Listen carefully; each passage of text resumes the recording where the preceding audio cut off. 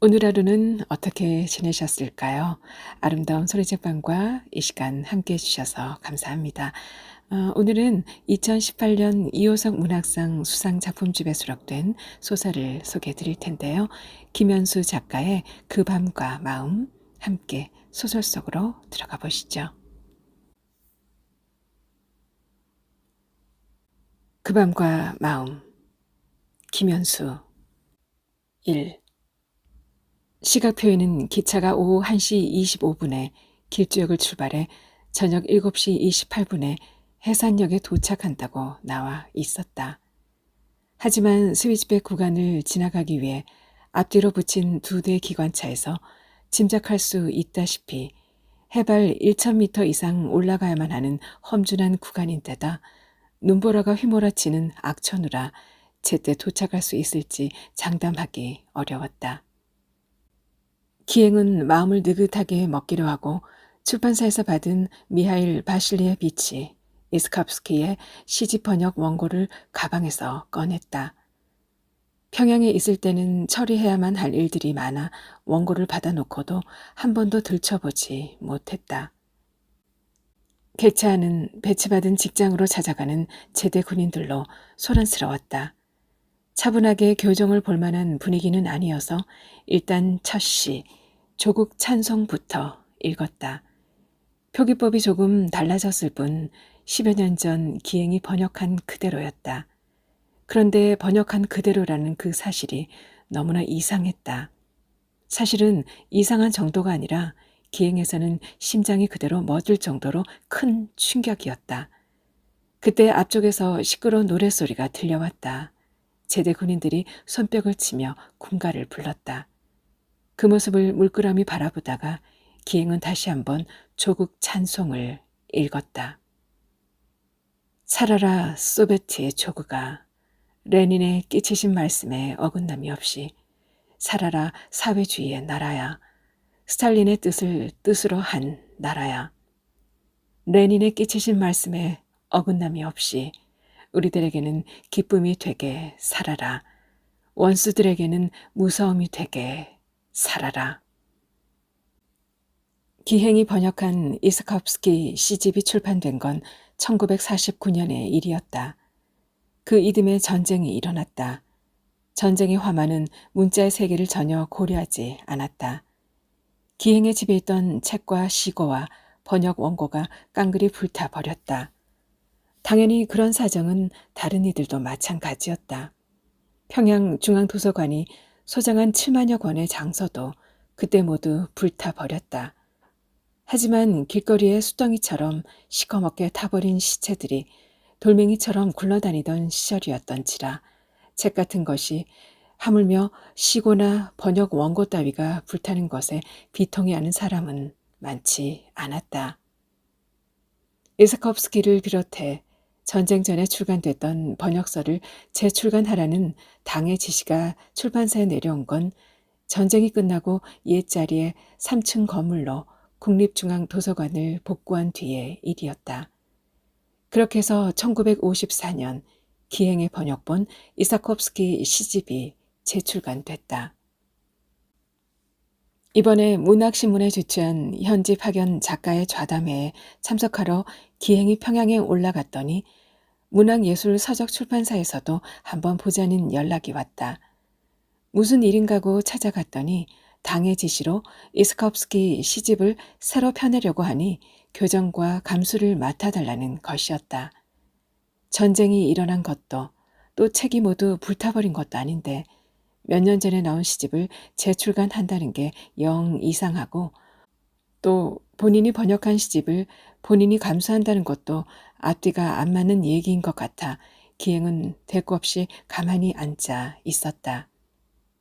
할 수 있겠는가 없겠는가고 편집자가 물었다. 번역한 지 몇 년 지나지도 않은 시집을 굳이 재출간하려는 뜻을 모르겠다고 기행이 대답했다. 그러자 편집자가 막 떠올랐다는 듯 아! 라고 말꼭지를 땄다. 아! 동무한테 미리 말했어야 하는데 내가 까먹고 있었어. 이번 시집의 번역자는 동무가 아니라 다른 사람이요. 그 말을 들었을 때 기행은 무척 실망했다. 중대한 오역이 발견된 것도 아니고 번역된 지 오래된 것도 아닌데 굳이 다른 사람을 시켜 새로 번역하게 할 필요가 있었을까? 하지만 그는 곧 수긍했다. 그런 의문이란 당의 결정에 반하는 불필요하고 무의미하며 개인적인 불만에서 비롯된 것이라고 생각했기 때문이었다. 그랬던 것인데 교정을 위해 출판사에서 받아온 번역 원고가 거기 맨 앞에 적힌 번역자의 이름만 다를 뿐 기행이 예전에 번역한 원고와 토시 하나 다르지 않았던 것이다. 불현듯 기행은 당의 의도가 궁금해졌다. 당은 출판된 모든 책에서 기행의 이름을 지우려는 것일까? 그렇다면 도대체 왜 그래야만 할까? 기행으로서는 그 이유를 전혀 짐작할 수 없었기 때문에 갑자기 팔다리를 쓰지 못하게 된 사람처럼 무기력한 상태가 되어 기괴할 정도로 과장되게 입을 놀리며 혁명가를 열창하는 젊은 제대 군인들 사이에 가만히 앉아 있었다. 군가 소리에 짓눌린 기행은 창으로 시선을 돌렸다. 난방용 스팀 때문에 자잘한 물방울들이 맺혀 밖이 보이지 않았다. 기행은 소매로 물기를 닦아내고서는 차창 밖을 내다봤다.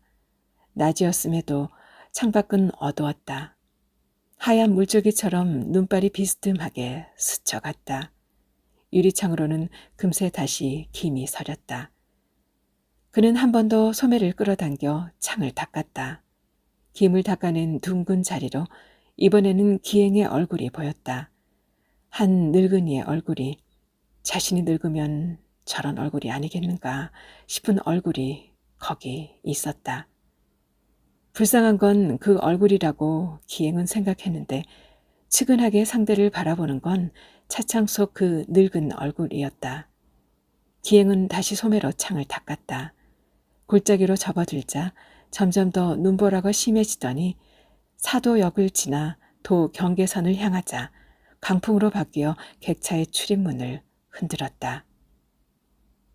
백암역에는 해가 떨어지고 나서도 한참 뒤인 저녁 6시를 넘겨서야 도착했다. 객차를 가득 메웠던 제대 군인들은 백무선 열차 시간이 다 되었으니 서두르라는 인솔자의 지시에 따라 우르르 기차에서 내렸다. 그들이 빠져나가자 객실은 조용해졌다. 기행은 다시 시집 원고를 펼치고 읽기 시작했다.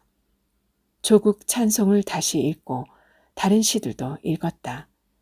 나의 우크라이나, 우크라이나를, 살트란 것들을, 무이 칼리닌의 돌아가심에 미쳐서를 읽었다. 거기에 자음과 모음으로 이뤄진 언어의 세계가 있었다. 평생 혼자서 사랑하고 몰두했던 자신만의 세계. 하루에 1만 톤에 가까운 네이팜탄과 700톤이 넘는 폭탄이 떨어지는 등 종일토록 불비가 쏟아져 평양 곳곳이 불타오르던 순간에도 기행은 적개심 가득한 문장을 통해서만 그 잔인한 세계의 참상을 이해할 수 있었다. 살던 집도 불타버리고 빼곡히 꽂혀있던 책이며 은은하게 풍기던 커피 향내 같은 것이 모두 사라지고 아내와 어린 것들과도 헤어져 지내는 동안에도 문자들은 그를 떠나지 않았다. 그 문자들을 쓰거나 읽을 수 있어 그는 전쟁이 끝난 뒤까지도 살아남을 수 있었다. 전쟁의 광기로 가득한 이 세계 속에서 자신을 구원한 그 언어와 문자들의 주인은 누구일까? 기행은 궁금했다. 자신의 것인가? 당의 것인가? 인민들의 것인가? 아니면 수령의 것인가? 기차는 좀채 백암역을 떠날 기미를 보이지 않았다. 평소에도 30분씩 서 있다가 출발하곤 했다기에 다른 승객들과 마찬가지로 기행도 객차에 가만히 앉아 있었다. 양쪽 출입구 위에만 전등이 켜져 있어 원고를 읽기에는 너무 어두웠다. 난방장치가 꺼진 객차는 점점 식어갔다. 아무런 말 없이 앉아있는 승객들의 얼굴이 어둠 속에서 희끄무레하게 떠 있었다. 무릇 천지는 만물의 여인숙이여 세월은 영원한 나그네라. 옛 시인의 시구가 어둠 속에서 번쩍하고 떠올랐다. 기행은 그 문장을 읊조렸다. 그때 한 사람이 밖에서 들어오더니 짐을 들고 다시 나갔다. 그러자 다른 승객들도 하나 둘 자리에서 일어났다. 이 기차 안 가는 겁니까? 선반에서 짐꾸러미를 내리는 젊은 남자에게 기행이 물었다. 글쎄, 이렇게 늦도록 출발하지 않는 걸 보면 오늘은 어렵지 않겠습니까? 남자가 대답했다. 안내가 있었소? 능력 없으면 눈치코치라도 있어야죠. 그러면서 남자는 백치처럼 이를 드러내고 웃었다. 남설령 고개에서 눈사태가 나 열차 운행이 전면 중단됐다누마. 대각봉 낙서 감시초소에 상호등 신호가 안 보였다던데. 뒤쪽에서 누군가 말했다. 거 보시라요. 젊은 남자가 말하며 빙긋 웃었다. 기행이 돌아보니 사냥캡을 쓴 풍채 좋은 중년 남자가 의자를 잡고 서 있었다. 그럼 오늘 해산으로 가는 기차는 없는 겁니까? 철도 부대원들이 출동했다지만 이 어둠 속에서 뭘 어쩌겠노? 제설차로 잘못 밀어붙이다가는 탈선할 수도 있는데. 오늘 밤으로는 꼭 해산으로 들어가야겠는데. 기행이 말했다. 여기 그런 사정 없는 사람 어디 있겠어? 나만 해도. 중년 남자가 말했다. 풍채에 어울리지 않은 그의 넋두리를 듣고 있는데 번쩍하고 또 다른 문장이 떠올랐다. 부평철처럼 떠가는 인생, 꿈과 같으니 기쁨을 누린들 얼마나 되겠는가. 기행은 손을 뻗어 기온이 내려가면서 서리꽃이 피어난 차창을 만졌다. 그는 너머라고 달막거렸다가 또다시 너머라고 중얼거렸다. 너머인지 혼자 따져보는 사이 앞쪽에서 기적 소리가 길게 들렸다. 해산은 산 너머에 있었다. 2. 1년 전 기행은 해산에 도착했었다. 그때가 소환 전이었으니까 아직 혹시만 한파는 찾아오지 않았을 때였다. 바람도 심하지 않아 해산역에 내리니 변방 낮은 지붕들 위로 하얀 눈이 소복소복 쌓이고 있었다. 깡깡 얼어붙은 길 위로는 짐을 실은 달구지와 마바리만 원앙 소리를 내며 오가고 있었다. 역 앞에는 군용 차량들만 서 있을 뿐 버스 같은 건 보이지 않았다. 작가 동맹에서는 기행에게 1959년 1월 1일부터 삼수군 관평리 관평협동조합으로 출근하라고만 지시했을 뿐 어디를 어떻게 가서 누구의 지시를 받으라는 등의 자세한 사항을 알려주지 않았다. 어찌어찌 해산역까지는 갔으나 거기서는 또 어디로 어떻게 가야만 할지 기행으로서는 난감하기만 했다. 하는 수 없이 기행은 개찰구에선 영무원에게 가서 관평협동조합으로 가는 교통편에 대해 물었다. 영무원은 대답 대신 무슨 일로 거길 찾아가느냐고 기행에게 되물었다. 기행은 평양의 작가동맹에서 관평협동조합으로 파견돼 내려가는 시인이라고 설명했다. 그때 국경 경비대 소속 군인들이 대합실 문을 열고 들어왔다. 군인들이 개찰구 쪽으로 다가오자 영무원은 조금 있다가 얘기하자며 돌아섰다. 기행이 조금 뒤로 물러서서 휴가를 가는 모양인지 군복을 잘 차려입은 군인들을 바라보는데 누군가 아바이라고 말했다. 자신에게 하는 말이라고 기행은 생각하지 않았다. 그러자 그 사람은 한 발 더 다가와 기행에게 말했다. 관평협동조합을 찾아가시는 건가요? 기행은 고개를 끄덕이며 그 사람을 20대 초반의 젊은 여자를 쳐다봤다. 그녀는 누빈 옷에 방한모를 쓰고 있었는데 볼이 통통하고 살집이 있어 찌든 구석이 하나도 없었다. 그렇소만. 조금 뜸을 들였다가 기행이 대답했다. 그럼 저랑 같이 가시죠. 한 30분 지나면 삼수읍으로 가는 승합버스가 올 겁니다. 추우니까 그때까지는 여기 대합실에서 기다리시면 됩니다. 벽에 걸린 시계를 올려다보며 그녀가 말했다. 기행은 선뜻 그 호의를 받아들이지 못했다. 그가 별다른 반응을 보이지 않자 그녀는 그의 가방을 뺏어 들고는 난로 쪽으로 걸어갔다. 그러더니 뒤쪽 빈 의자에 앉아서는 남의 짐을 들고 가만히 서 있는 기행에게 오라고 손짓했다. 기행이 쭈삣거리며 다가오자 그녀는 일어나며 기행에게 자리를 양보했다. 동무, 그냥 앉아 있어요. 폭삭 늙어 보이겠지만 나는 아직 아바이가 아닙니다.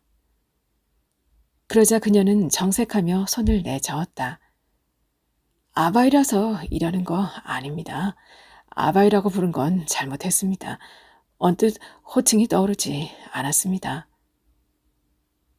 시절이 바뀌어 이젠 다들 아래 위 없이 동무라고 하니 그렇게 부르면 되지 않겠어? 그러나 시인 선생님께 어떻게 동무라고 부르겠습니까? 시인 선생님이라는 건 아까 선생님께서 영무원과 대화할 때 들었습니다. 작가 동맹에서 관평협동조합에 파견한 시인이라는 것 말입니다. 이렇게 만나 뵙게 돼 영광입니다. 저는 진서희라고 합니다. 그녀가 손을 내밀어 악수를 청했다. 기행은 주저했다. 그러자 서희는 멋쩍게 웃으며 오른손을 내렸다. 어쨌든 앉으십시오. 관평협동조합까지는 제가 안내해드리겠습니다. 동무도 관평협동조합에서 일하시오? 저는 조합에서 멀지 않은 곳에 있는 인민학교 교원입니다. 그런데 왜 나를 이 협동조합까지 안내한다는 말이오? 그건 말입니다. 일단 자리에 앉으십시오. 그러면 말씀드리겠습니다. 서희는 억지로 잡아 끌다시피 기행을 자리에 앉혔다. 그리고 그에게 말했다.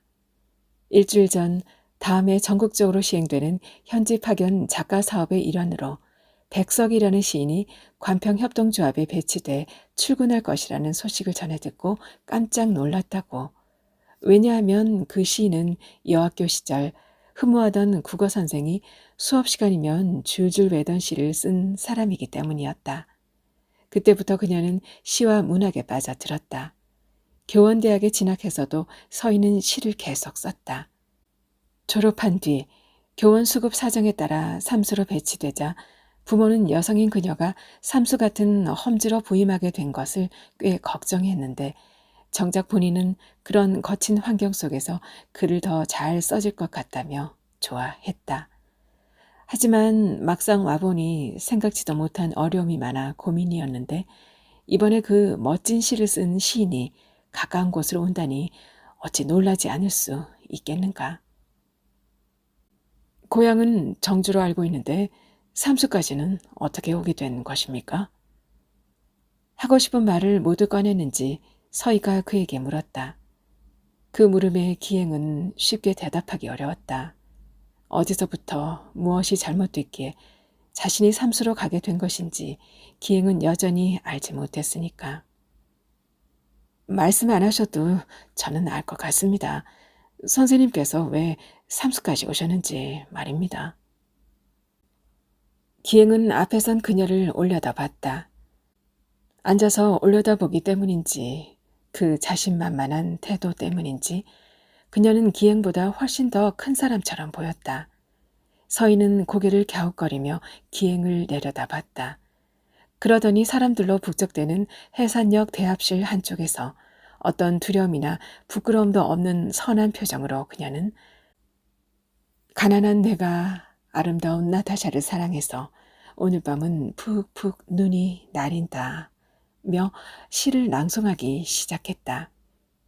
그런 곳에서 오래전에 잊어버렸던 시를 다른 사람의 입을 통해서 듣게 되니 그의 목구멍으로 뜨거운 것이 치밀어 올랐다.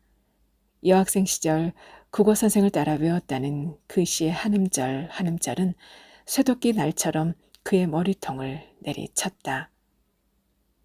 우연히 만난 시인 앞에서 그의 시를 외울 줄 안다고 자랑하고 싶은 그 높은 자부의 마음을 알아차리기도 전에 쓸쓸히 앉어라든가 소주를 마시며 따위에 비관적이고 퇴폐적인 문장을 저토록 큰 소리로 말하는 철없는 입술을 만류하기도 전에 기행을 둘러싼 모든 것들이 갑자기 낯설어졌다. 아니, 비로소 그가 자신을 둘러싼 세계를 제대로 인식하게 된 것이랄까. 타오르는 갈탄의 힘으로 한쪽 표면이 빨갛게 달아오르던 난로며 좀채 귀에 와닿지 않는 변방의 사투리며 도내에서도 손꼽히는 축산반을 사랑한다는 협동조합을 찾아간다는 사실 등등이 모두 그때 그는 눈이 푹푹 나리는 밤 안에 있었다. 누군가를 사랑하는 마음 안에 있었다. 그 밤과 마음이 지금 그와 함께 있었다. 미래나 과거에서 타임머신을 타고 날아와 사투리를 쓰는 시골 사람들의 솜신에서 녹아내린 얼음물로 바닥이 검게 물드는 해산역 대합실에 떨어진 사람처럼 멍하니. 그래서 삼수까지 오신 게 아닙니까? 그 말에 기행은 다시 고개를 들었다. 거기 인민학교 교원 서희가 서 있었다. 앞의 말을 듣지 못했기에 기행이 아무런 대꾸도 하지 못하자 그녀가 재차 설명했다. 이 시에 이미 쓰이지 않았습니까? 산골로 가는 것은 세상한테 지는 것이 아니다. 세상 같은 건 덜어버리는 것이다. 라고 말입니다. 그 말에 기행은 자리에서 일어났다. 지금 보니 교원 동무가 사람을 잘못 본 것 같습니다. 저는 그런 시는 쓸 능력도 없는 사람이올시다. 나그네를 배려하는 마음은 감사합니다만 협동조합은 제가 알아서 찾아갈 테니 신경 안 써도 되겠습니다. 아까 시인이라고 하지 않으셨습니까? 동무가 잘못 들은 모양이요. 작가 동맹이 나를 조합에 파견한 것은 맞지만 나는 시를 번역하는 사람이요. 정말입니까? 서희가 기행을 쳐다봤다. 기행은 그 눈을 피하며 서희에게서 가방을 다시 뺏어 들었다. 정말 시인 백석 선생님이 아니십니까? 아니요, 아니요. 나는 그런 사람이 못 됩니다. 그는 출입구 쪽으로 걸어갔다. 문을 열고 나가려고 보니 역 앞으로는 눈이 내리고 있었다. 그건 오늘 밤은 푹푹 눈이 나리는 세상이었다. 이런 세상이라면 아름다운 나타샤는 나를 사랑하고 어디서 흰 당나귀도 오늘 밤이 좋아서 응앙응앙 울고 있을 게 분명했다. 어디에 있다가 갑자기 이런 세상이 나타난 것일까? 자신은 다만 시를 한 편 들었을 뿐인데 그나마 오래전 자신이 쓴 시였는데 기행은 푹푹 나리는 눈을 맞으며 가만히 서서 좋아서 응앙응앙 대는 흰 당나귀의 울음소리를 듣고 있었다. 3. 1958년의 마지막 날을 기행은 양강도 삼수군 관평리 독골에서 보내게 됐다. 새해도 아니고 하필이면 섣달 금음날 저녁에 그가 찾아오는 바람에 집에서 쉬다가 사무실로 나온 축산반장의 표정은 편하게 보이지 않았다. 더 이상 조합원을 받을 여력이 못 된다는 보고를 올렸으나 일방적으로 기행의 배치가 이루어졌다. 이런 경우라면 중대한 잘못을 저지르고 쫓겨오는 게 분명하다는 게 삼수 사람들의 생각이었다. 하지만 12월이면 영하 30도를 밑도는 삼수에서 그런 건 크게 중요하지는 않았다. 다만 중요한 것은 일을 잘할 수 있느냐 없느냐는 것이었는데 누가 봐도 기행은 환영받기 힘든 중늙은이에다가 러시아 문학을 번역하는 시인이라고 했다. 여기가 왜 독골인지 아시오? 축산반장이 느닷없이 기행에게 물었다. 물론 대답을 원하는 건 아닌 게 분명했다. 평양에서 왔다지 않았어. 거기에는 동무가 삼수에 떨어지게 됐다고 다들 고생길이 훤하다고 말했겠지. 그런데 어쩌나 이 골짜기는 그 삼수에서도 저만치 혼자 외따로 떨어져 있다고 해서 덕골이라오. 어쩌다가 여기까지 왔는지는 내가 알 바가 아니고 다만 늙었다고 꾀부릴 생각하다가는 큰 코 다칠 줄 아시오? 여기까지 와서 꾀부릴 생각은 없소이다. 기행이 대답했다. 합숙소는 이미 다 차버려 동무가 들어갈 자리가 없어. 1월 3일에 정식으로 배치되어야 자리를 쪼개든 비집고 끼워 넣든 할 수 있으니까 그때까지는 가져온 이불로 여기 사무실에서 생활하시오. 그러더니 축산반장은 3일 아침에 보자며 가버렸다. 낮 동안 달아올랐던 갈탄 난로에는 아직 불이 남아 있었다. 기행의 삼소 생활은 그 난로의 바람구멍을 틀어막는 것으로 시작됐다. 그 다음 날은 1959년의 첫날이었고 명절맞이 특식이 나와 아침부터 공동식당은 잔칫집 분위기였다. 낮이 되자 근처 관평천에서는 스케이트 대회가, 관역봉과 마산 사이의 능선에서는 사냥 대회가 열렸다. 이따금 포스들이 쏘는 총소리가 먼 골짜기에서 한가로이 울려 퍼졌다. 워낙 오가는 사람들이 많은 것인지 감정 표현에 서툰 것인지 조합원들은 낯선 얼굴의 기행을 보고도 외면하거나 반기지 않고 그저 대면대면하게 대했다. 모두 80여 명에 달하는 조합원들 중에는 고아도 있고 상위군인도 있고 과부도 있었는데 이제 시인까지 왔으니 구색은 다 갖춘 셈이라고 누군가 말했다. 시인이라니까 시인인 줄로 알지. 기행에 쓴 시를 한 번이라도 읽어본 사람은 아무도 없었다. 80여 명 중 글을 읽을 줄 아는 사람도 많지 않았으니까. 기행은 그런 사람들 틈에서 어떻게든 잘 어울려 보기 위해 애를 썼지만 해가 저물고 나니 의욕이 조금도 남아있지 않았다. 축산반장은 무슨 마음으로 그를 합숙소가 아니라 사무실에서 재웠는지 모르지만 삼수에서의 처음 며칠을 혼자서 지낸 일이 기행에게는 행운이었다. 다음 날에는 좀 더 요령이 생겨 새벽까지도 난로의 불을 꺼뜨리지 않을 수 있었다. 난로 덕분에 기행은 밤새 물을 데워 마실 수 있었다. 뜨거운 물로 몸이 따뜻해지니 삼수의 겨울이라도 이 정도라면 버틸 수 있지 않겠는가 하는 자만도 들었다. 다만 아쉬운 건 평양을 떠나올 때 한 달이 되든 석 달이 되든 이번만큼은 펜대를 굴리거나 책갈피를 넘기다가 오는 일 없이 노동 현장에서 투신하자는 마음으로 책 한 권, 사전 하나 들고 오지 않은 일이었다. 그는 사무실의 책장을 기웃거렸다.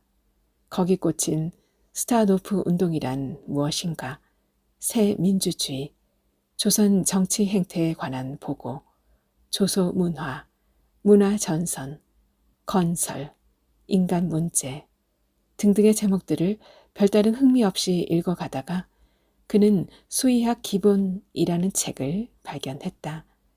이제 막 조합에 도착해 양들을 대면한 기행에게는 더없이 필요한 책이었다.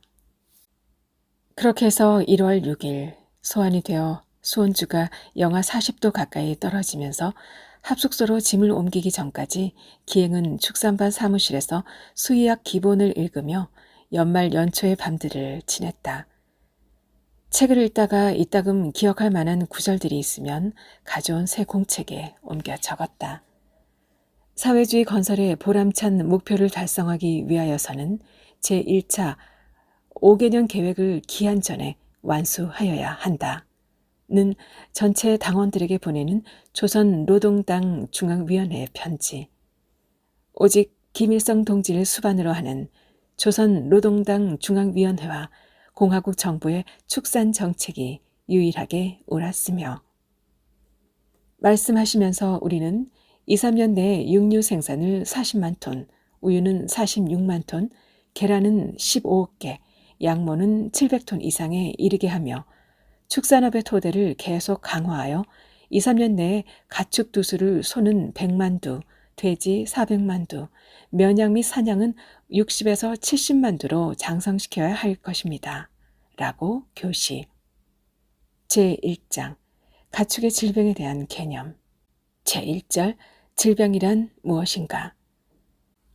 질병이라는 것은 가축재와 외부 환경 호상 관계가 파괴되는 결과. 만일 가축의 중요 장기의 기능이 정상적이고 외부 환경이良好하다면 병든 가축은 완전히 회복된다. 반대로 병든 가축을 혹독하게 부리고 나쁜 사료를 주면 죽음의 전귀를 취하거나. 그러다가 그 공책에 편지를 썼다. 평양에 있는 친구 준에게. 9월 말 삼수에 도착했어. 여긴 삼수에서도 외따로 떨어진 독골이라는 곳이요. 그렇게 써놓고 보니 어쩐지 편지가 마음에 들지 않았다. 마치 지옥으로 떨어진 단테가 띄우는 편지처럼 느껴졌기 때문이다. 누군가 읽는다면 노동 현장으로 보냈더니 앓는 소리만 늘어놓는다고 비판받을 게 분명했다. 그래서 줄을 쭉쭉 그었으나 마음이 놓이지 않았다. 그는 어떻게 할까 생각하다가 공책을 찢어 난로 안에다 던져 넣었다. 그러자 불길이 사그라들던 난로 안이 일순간 환해졌다. 아침이 되어 재를 치우느라고 난로 아래쪽에 재바지통을 꺼내니 타버린 종이 조각들이 있었다.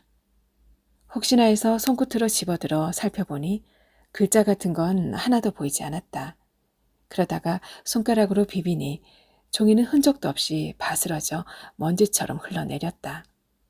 그 사실을 확인하고 기행은 무척 기뻤다.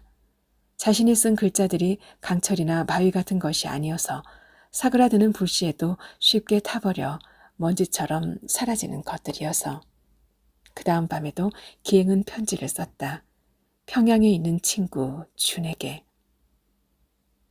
9월 말일 삼수에 도착했어. 여긴 삼수에서도 외따로 떨어진 독골이라는 곳이요. 밤이면 기온이 영하 20도까지 뚝뚝 떨어져 물이란 물은 죄다 얼어버리기 때문에 잉크를 쓰지 못하오. 이불을 둘둘 만 채 잔불만 남은 난로 앞에 엎드려 남포 불빛에 의지해 책도 읽어보고 편지도 끼적여 본다오.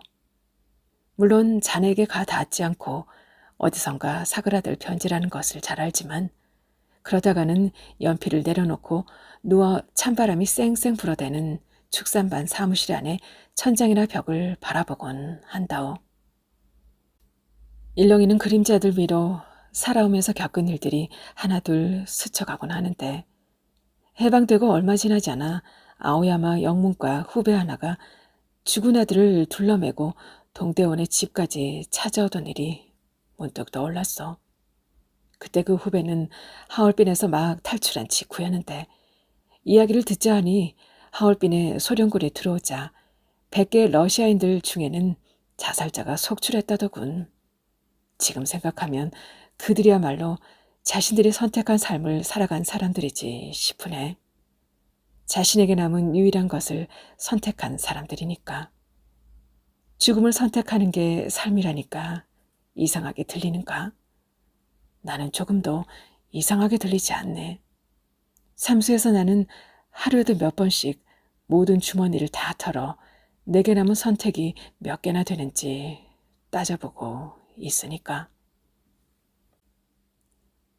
어차피 아침이면 제로 돌아갈 문장들이어서 기행은 거리낌 없이 써내려갔다. 원하는 만큼 마음껏 편지를 쓴 뒤 기행은 연필을 내려놓았다.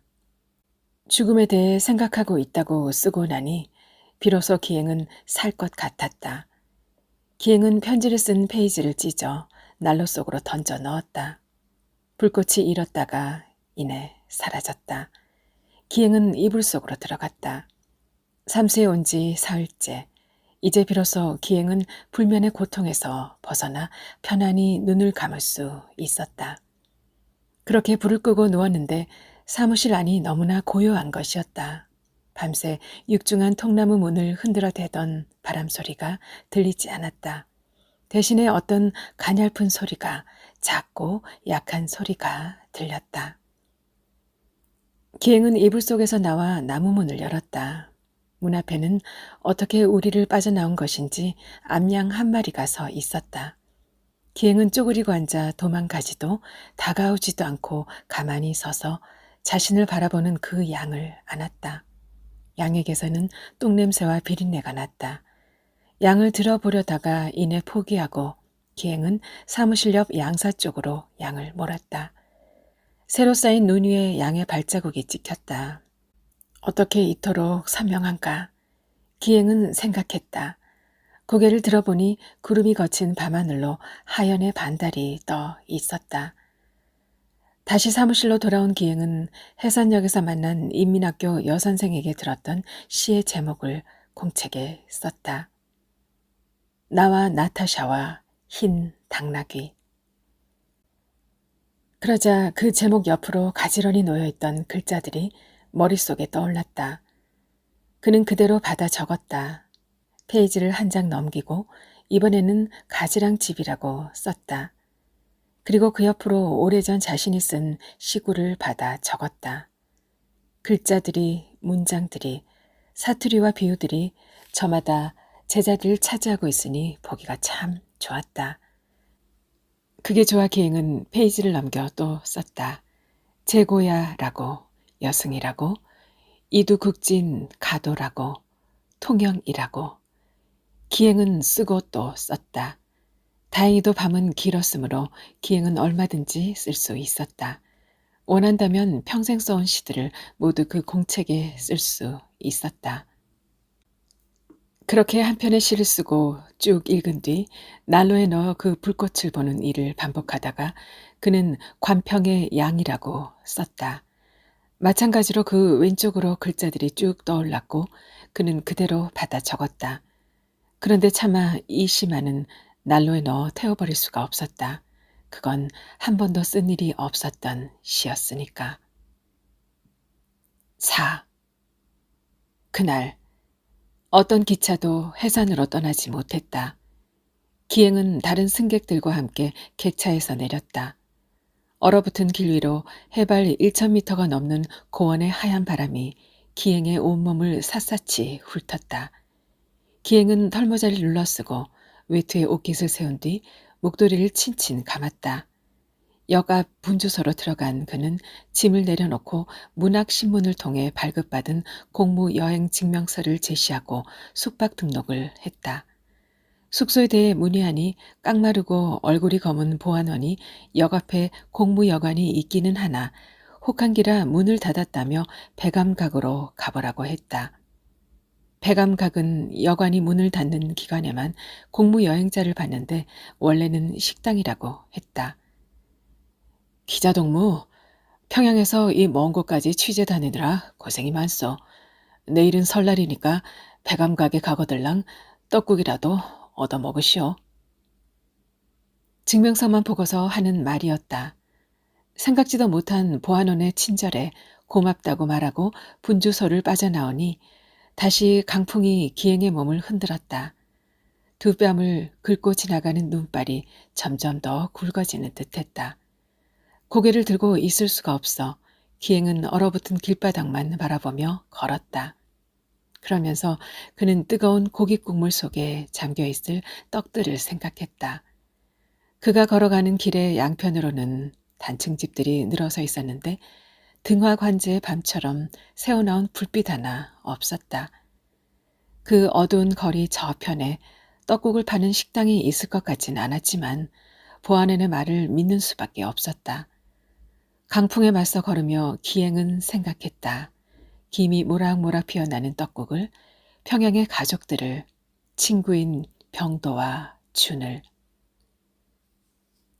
문학신문이 주최하는 현지 파견 작가의 좌담회에 참석하기 위해 평양에 올라갔을 때 무던히도 애를 썼건만 결국 기행은 병도를 만나지 못했다. 집까지 찾아갔는데도 병도는 나와보지도 않고 그를 문전박대했다. 그가 의도적으로 기행을 피한다는 것만은 확인했으니까 다행이라고나 할까. 한 3개월, 길어봐야 반년 정도 호젓한 시골에서 푹 쉬다가 오라던 그의 말을 기행이 곧이곧대로 믿은 건 아니었다. 그들이 원한다면 삼수에서 귀신이 되어도 상관없는 일이라고 생각했다. 하지만 적어도 친구라면 자신이 그런 운명에 처했다는 사실 정도는 귀띔해 줬어야 했다. 고생하다 보면 돌아갈 날이 있겠지. 내가 잘하면 당도 인정해 주겠지. 하는 헛된 희망을 품지 않도록 말이다. 언제나 기행은 충분히 불행해질 준비가 되어 있었다.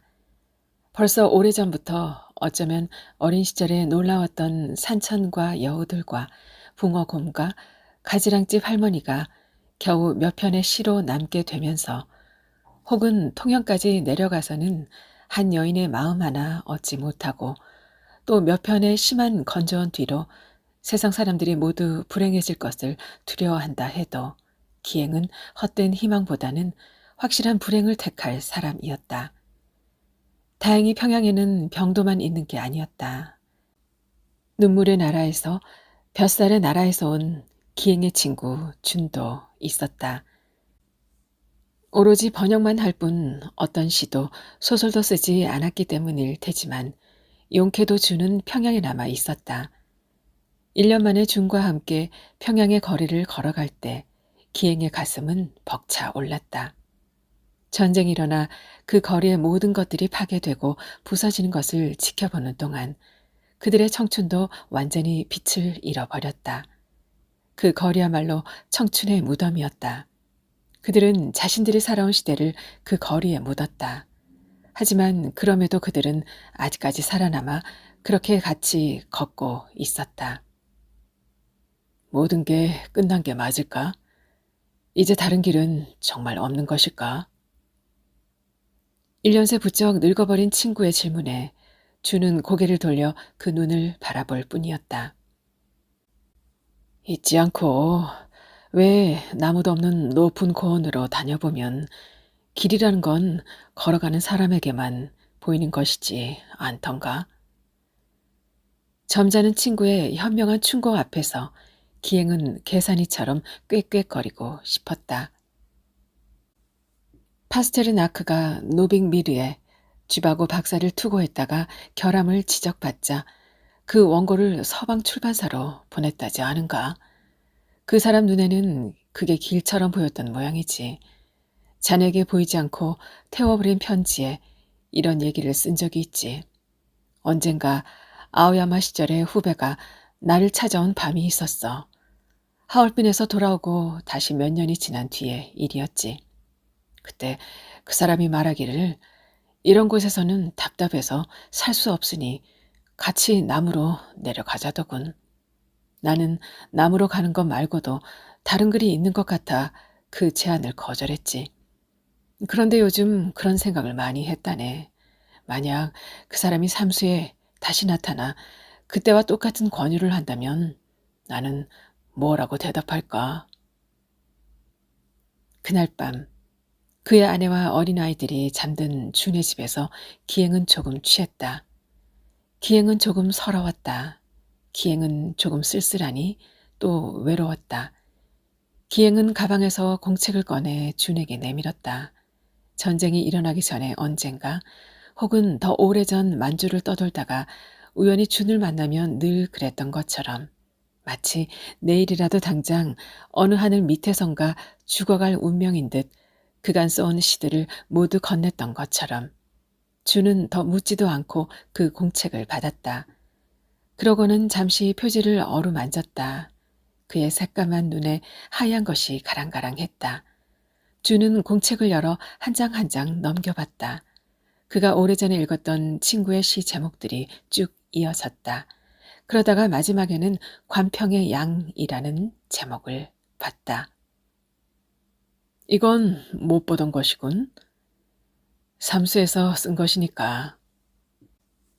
그렇게 말하고 기행은 그 시를 읊었다.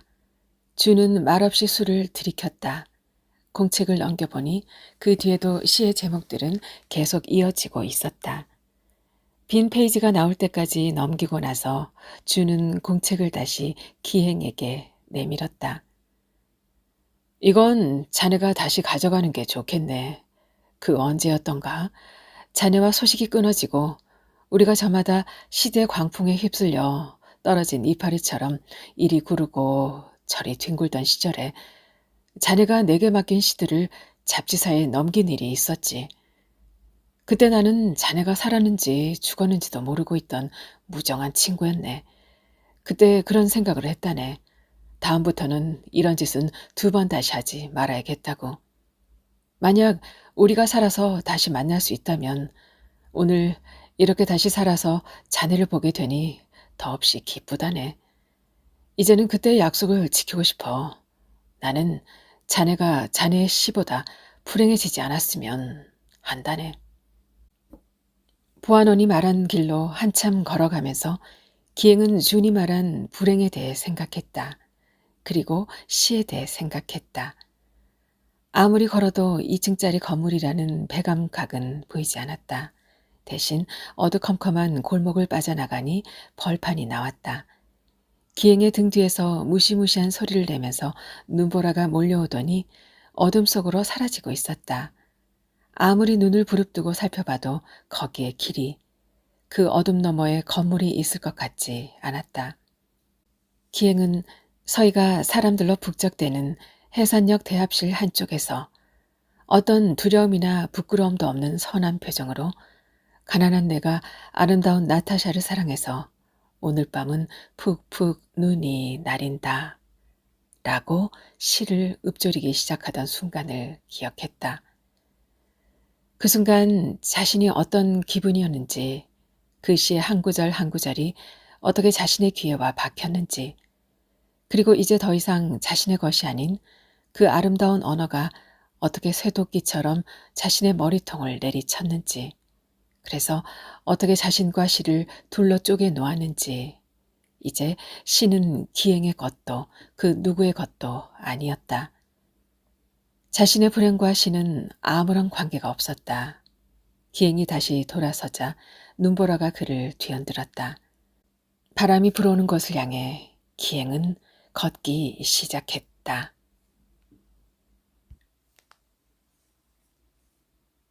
네. 김현수 작가의 그 밤과 마음을 함께 감상하셨습니다. 이 소설은 백석 시인의 이야기인데요. 백석 시인의 본명이 바로 기행입니다. 삼수 관평 협동조합으로 좌천된 후 백석 시인의 하루를 작가가 그 장면을 포착해서 이어나간 소설입니다. 김현수 작가는 1970년 경북 김천에서 태어났고요. 성균관대 영어 영문학과를 졸업했습니다. 1994년 작가 세계로 등단을 했고 소설집 20살, 내가 아직 아이였을 때 나는 유령 작가입니다. 세계 끝 여자친구를 냈고 장편소설 가면을 가리키며 걷기, 7번 국도, 사랑이라니, 선영아, 밤은 노래한다, 원더보이 등이 있습니다. 동인문학상, 대산문학상, 황순원 문학상, 이상문학상 등을 수상했습니다. 저는 다음 시간에 또 찾아뵐게요. 기다려 주실 거죠? 여기는 아름다운 소리책방이었습니다. 모두 편안한 시간 이어주시길 바랄게요.